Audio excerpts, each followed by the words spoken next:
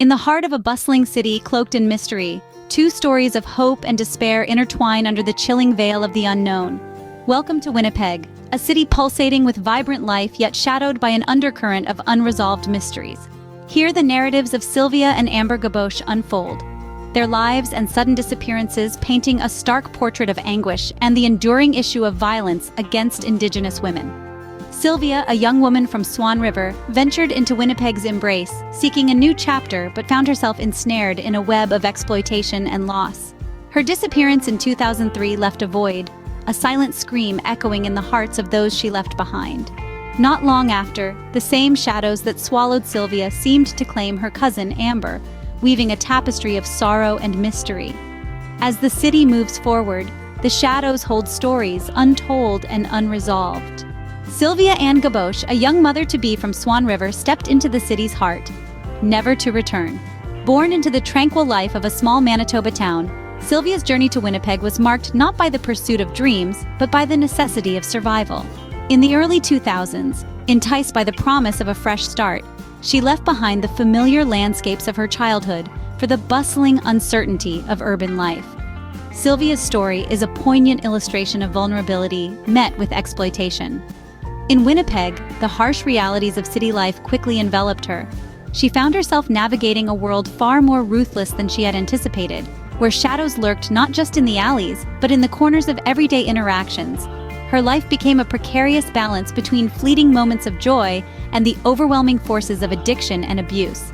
The city, a stark contrast to her serene hometown, offered no respite.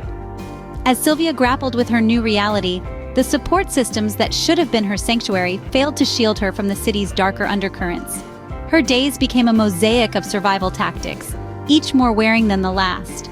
In the autumn of 2003, the threads of Sylvia's life in Winnipeg began to unravel. Reports indicate that her last known moments were as mundane as any, yet shrouded in an ominous air. The community's response was a mixture of concern and mobilization, yet as days turned into weeks, hope dimmed. Authorities stepped in, piecing together Sylvia's last known whereabouts, but each clue only deepened the mystery. The silence following Sylvia's disappearance left a void, her dreams and fears dissolving into the cold city air. Her family, left grappling with endless questions, found themselves caught in a relentless search for answers, each day stretching their anguish. Her disappearance became a chilling testament to the struggles faced by many who find themselves lost in the gaps between society's reach. Years later, history repeats itself in the most tragic way, as Amber Gaboche follows a path eerily similar to Sylvia's. Amber, just 24 years old, shared more than just blood with Sylvia. Their lives, painted with parallel strokes of challenge and vulnerability, mirrored each other with uncanny precision. Amber, like her cousin before her, was drawn to the promises of city life away from their small-town origins. Both women sought something better, a fresh start, perhaps a new chapter that would rewrite their stories with hope rather than hardship. However, the city's shadowy corners, rather than offering refuge, seemed only to replicate the risks and the dangers they sought to escape. In the spring of 2010, Amber disappeared. Her last known whereabouts were in downtown Winnipeg, a place teeming with life yet silent about the secrets it keeps. Her sudden absence sent shockwaves through her family, already scarred by the disappearance of Sylvia 7 years prior. The echo of Amber's vanishing was not just a personal tragedy, but a communal calamity.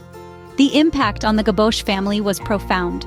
Struck by a second mysterious disappearance, their grief was compounded by the fear that the fate which had befallen Sylvia had now claimed Amber too. The community around them, already tense with the unresolved sorrow of Sylvia's case, now found their anxieties doubled. Conversations at community centers, local gatherings, and even on the streets were laced with worry and theories about what could have happened to Amber. Authorities revisited the cold trails of Sylvia's case in light of Amber's disappearance, searching for any overlap, any clue that might connect the dots between the two cases. But as days turned into weeks and weeks into months, both women remained missing, their stories becoming a haunting testament to the challenges faced by many Indigenous women across the nation. Amber vanished, leaving behind a trail of questions and a family plagued by déjà vu. In the wake of tragedy, a family's resolve becomes a beacon of hope and resilience. Following the disappearances of Sylvia and Amber Gaboche, their family, shattered yet unyielding, turned their grief into action. They began by piecing together every small detail of Sylvia and Amber's lives, reaching out to friends, acquaintances, and anyone who might shed light on their mysterious vanishings. In the midst of their search, the Gaboche family found they were not alone in their quest. Their plight resonated with many in the community, particularly within the indigenous groups, who too had felt the sting of indifference and inaction. Together, they started to push harder for answers, their collective voices growing louder, compelling attention. Their relentless advocacy helped to catalyze significant movements. Notably, it led to the establishment of Project Devote, a joint task force comprising members of the local police and the Royal Canadian Mounted Police. This unit was specifically initiated to tackle the long-standing and complex cases of missing and murdered Indigenous women, a crisis that had haunted communities for decades. Project Devote set out with the mission to delve deeper into the cases like those of Sylvia and Amber, employing advanced investigative techniques and revisiting cold leads. The task force represented a beacon of hope, a promise that no stone would be left unturned in the pursuit of truth. Meanwhile, the Gaboche family continued to spearhead efforts, organizing vigils and participating in awareness campaigns. They stood at the forefront of protests, demanding more than just answers. They sought justice and a systemic change that would prevent future tragedies.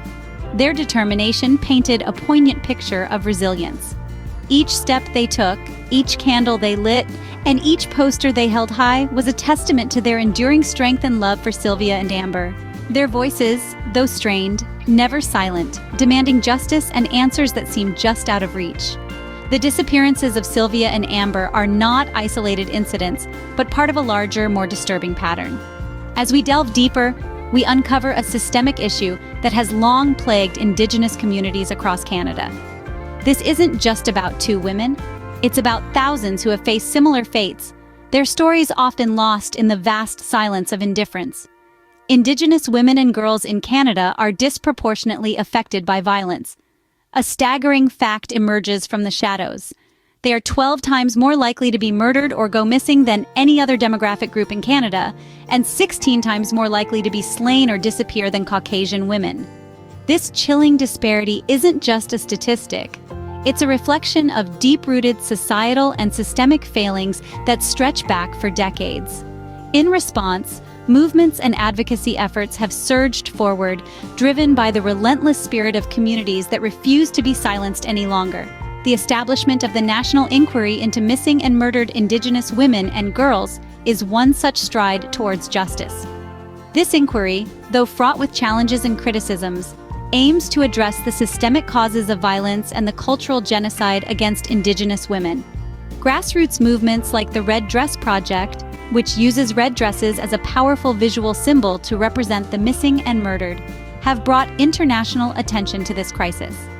Each red dress hung in public spaces signifies a plea for remembrance and action. The commitment to change is palpable. Families, activists, and communities unite, demanding accountability and substantial reform in policing, legal frameworks, and societal attitudes. Their voices echo through the halls of power, across windy prairies, and in the quiet streets of small towns, resonating with a clear message: no more stolen sisters. Each statistic tells a story, each story a life, entwined in a struggle for visibility and change. In the silence of their absence, Sylvia and Amber speak volumes. Their stories, though marred by shadows, have shone a light on a chilling reality that many have overlooked.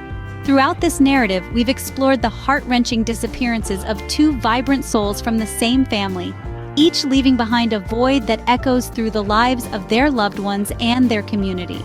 The journey of Sylvia and Amber is not just a tale of personal tragedy, but a poignant reminder of the broader societal issues that contribute to the vulnerability of Indigenous women across the nation. Their fates intertwine with the stories of countless others, each disappearance a stark symbol of the systemic failures and the enduring fight for justice and recognition. As we reflect on the devastating impact of their loss, we are reminded of the critical need for societal change. This is not just a quest for answers, but a call to action to address the deeper issues at play. As the city's shadows whisper tales of the lost, their stories urge us to listen, to remember, and to act. For Sylvia, for Amber, for all the silent voices still waiting to be heard.